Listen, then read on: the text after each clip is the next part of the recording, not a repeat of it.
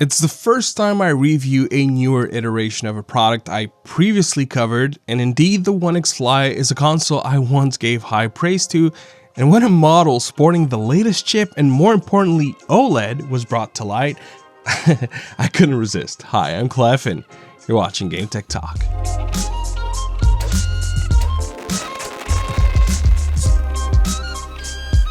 Though they send me devices from time to time, this is one I bought with my own money following the same process as everybody else directly off of their website. This is a refresh, so no crowdfunding through Indiegogo, rather they commit to keeping supply and building on demand, an impressive feat and one that they definitely deserve credit for. Many users express being fed up with crowdfunding solutions, especially for established boutique handheld PC brands such as GPD, Ayaneo, and of course ONEXPLAYER. Enough politics for today, let's talk hardware. In the middle of an unboxing and with specs on screen. If you know the ONEXFLY from before, the look is the same. Some components changed, namely the panel, CPU, and GPU. When buying a unit, you'll receive your device paired with a USB-C cable, a 65-watt charging block, the night table literature, and a carry case. Very simple, no extra pouch or hidden compartments, fabric on the outside, felt on the inside, discreetly branded. The top shows your outtake vent, a power button, volume ones, a stereo plus microphone 3.5mm jack, a status LED, a USB-C 4th gen, 2 tactile mappable extra buttons, and the regular ones you'd find on a controller, being the 2 shoulder ones also tactile. Your triggers with a decent travel distance that fall flush to the housing, each equipped with Hall sensing technology for superior reliability and readings. The actuation force required is average and does increase as you push it down more, indicating a spring under tension, which will help for lifespan. At the bottom are your 2 Harman powered stereo speakers, a microphone pinhole, another USB-C 4th gen, and a micro SD slot. To the back is your design intake vent, some branding, and to the front is your gorgeous 7-inch panel. OLED 144Hz 1080p 315 ppi 800 nits with a whooping 152% sRGB color coverage screen. Yes, this is a spotlight of this device, but more on that later. You'll also find tasteful RGB around your sticks and grips and addressable in software. Membrane face buttons and D-pad, Hall effect sticks mid-size with a nice gate for improved movement, and an anti-skid ring, metal ring around the stems, and lastly tactile function buttons, which from left to right, top to bottom, you have select, start, return to desktop, which is essentially your Win key plus D of a keyboard. The turbo button will bring up your proprietary software. Your weird looking button will bring up on-screen keyboard. Long press will change your controller inputs from the gamepad mode to the keyboard plus mouse mode. In a nutshell, and to not spend too much time on this feature, as there are no keyboards, you can utilize this quick shortcut to navigate your operating system. It's not as good as, say, ONEXPLAYER's 3-in-1 solutions or GPD's mini keyboards and mouse nubs, but in a pinch, it'll get you where you need to go,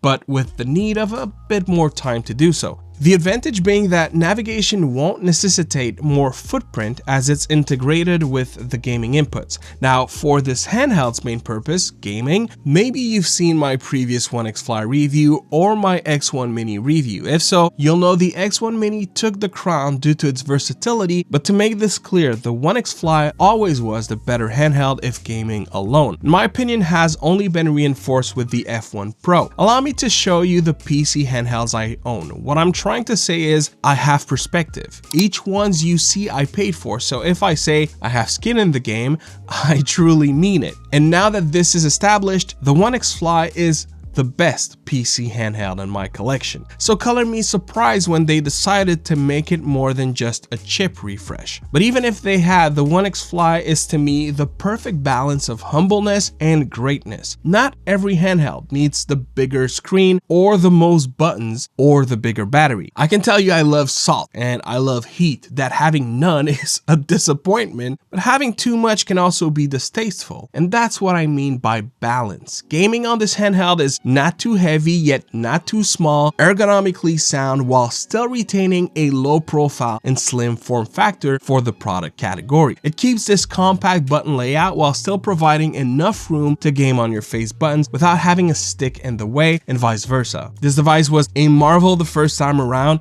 and it still is the second time. For the ones concerned with not being able to clock long duration due to fatigue, that's where a device like the ONEXFLY once again strikes an impressive balance. I'm sure some would have preferred an 80 watt-hour battery such as the ROG ALLY X and upcoming MSI Claw 8 Plus. The HX370 chip has proven to nearly match the performance output at a fraction of the TDP, at least when compared to other AMD alternatives. Having more flexibility with your TDP allows to get much closer to battery performance of the ALLY X, something that may not immediately jump to conclusions. Of course, being a different CPU and different GPU, performances may vary from one title to the next. It may outperform the ALLY X at 60% of the TDP, but in some instances, it'll also perform less. One thing guaranteed is you'll have more flexibility with this solution and better support with AMD drivers, as well as eGPU compatibility.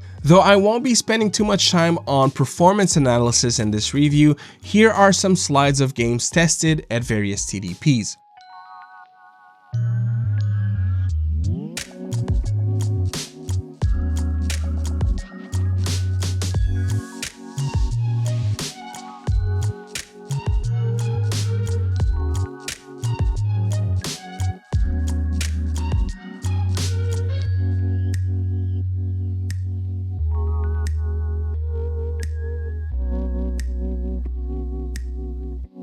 So hopefully the previous slides illustrate how flexible HX370 is, and thanks to amazing airflow and temperature management paired with easy to operate software, the ONEXFLY will also be one of the quieter experiences I had with handheld PCs in the last year. Thankfully, the newer iteration is no exception. None of them are silence radio. This one isn't either, but if you don't mind a bit of extra heat, this handheld will combat throttling effectively. Now, maybe all that doesn't speak to you in any way, and rather you're all about games, as you should. Well, this device is fully supported by Bazzite. Let me know if you'd be interested in a video going over the installation process of this SteamOS-like alternative. We talked about gaming on the device, we talked about options, power management, performance. So how about that screen? And that's where it gets complicated, as I think it needs to come with a warning. Not because it's bad or anything, but because what you've experienced in your gaming will greatly impact how you should feel about this panel. At least I think so. So, see, I've been around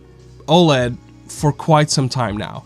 From phones to tablets, TVs, monitors, you name it. I spend my days working, gaming, and doing everything on OLED screens. So when I saw the F1 Pro, I'm not gonna lie, I was disappointed. Now hold up, before you start insulting me in the comments, it has all the OLED tropes.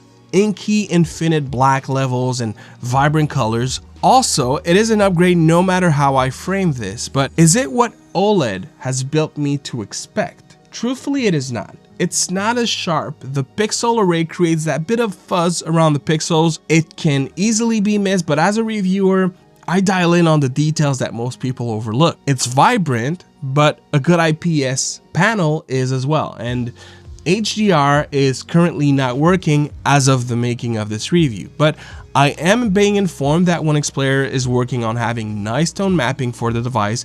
By the way, this is nothing new. We've seen and heard that before with OLEDs, especially in the monitor space in comparison to TVs. So don't be too quick to throw pitches and forks at ONEXPLAYER. They're not Nintendo or Valve, but I remain confident that they'll get it fixed in the coming weeks or months. Now, before I carry on, I still think you should never buy a device on the promises of what it will achieve down the road, but rather for what it can do now. And even without HDR, it is a phenomenal panel. But make no mistakes, this is not an LG TV or Samsung's QD OLED. Not every panels are made the same. I should make this extremely clear. It is a gorgeous, gorgeous solution. And if unlike me, you do not spend your days looking at OLED, then you will be thankful for my review because it will temper your expectations and you will be blown away by the device once you have it in your hands. But if like me, you've been looking at OLEDs for nearly half a decade, day in, day out, you'll know not to expect the same level of quality. And with that, I also believe you'll benefit from a good dose of honesty, at least from my perspective. But rest assured that if I take all the PC handheld currently on market, this panel is on par, at least if not better, with other OLED options to date, and effectively offers a superior experience than anything else. But if you were to compare it to, say, the Legion Go and X1 Mini panel, the difference is not as big as you'd think. And there are areas where the Go and X1 Mini would triumph over the F1 Pro. That's how tight the gap truly is, even if the F1 Pro takes the cake. For the rest of this video, a lot of it is rehashed information that you are likely to already be aware if you've ever studied or bought a ONEXPLAYER device. I'll still go over some quick things. Great handheld is that much greater when paired with great software, and the ONEXConsole is definitely one I would consider to be great. You have the ability to control important components such as TDP, but also fan curve, resolution, refresh rate, and you can activate this feature that pulls on audio to create vibration, and this is to date the best implementation I've seen of this feature. Great for emulation and some other occasional gaming experience that are not presented with their own haptic feedback. Of course, you can easily control your RGB here as well, address the rumble, activate or deactivate gyro aiming, etc. Overall, the ONEXConsole has come a long way and is definitely a must-have when operating ONEXPLAYER devices. Beyond the side menu, you also have a full screen portion of the app, which will let you get extremely granular with your inputs. That also includes the ability to dedicate a key as a modifier one. So for example, holding L1 while pushing your ABXY could do L1, L2, R1, R2 instead. It's not always obvious why a feature like that would be useful for gaming, but for anything else, if you browse with your device, that can unlock a far superior experience, as long as you take the time to tweak it to your preference. I don't want to spend more time than needed with this review, especially as a lot will appear familiar if you've been on the handheld PC market, and more specifically, if you ever looked at a ONEXPLAYER option. The most obvious con with this device, it is the lack of an Oculink port. eGPUs are still usable through USB 4, but it automatically means that most eGPU solutions on market currently will leave performance on the table by not having a direct access to your PCI lanes, and all the challenge that this represents towards graphical performance. If you have questions, don't hesitate. There is a fair chance that I'll do a follow-up video in due time, but I'd like to know, what would you like to see in priority if doing so? Thank you for clicking and watching the video. Please consider doing all the YouTube things, and as always, I'll see you on the next one. Peace.